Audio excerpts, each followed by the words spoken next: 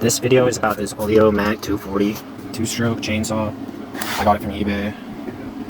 I think it was a lot of 2 of them. We're gonna take a look at it. So yep, top cover comes off. The flathead. There's your plug-in wire. We gotta check it because it has a new carburetor.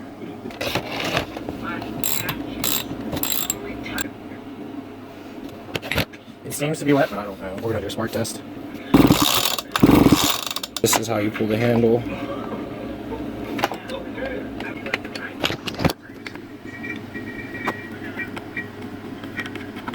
There's supposed to be 2, but there's one missing. I'm gonna have to find a screw that will be compatible. Crank it over a couple times, and if it sounds stupid, it isn't. Just smell for fuel. If you can't smell fuel, just at the carburetor, you're not getting any.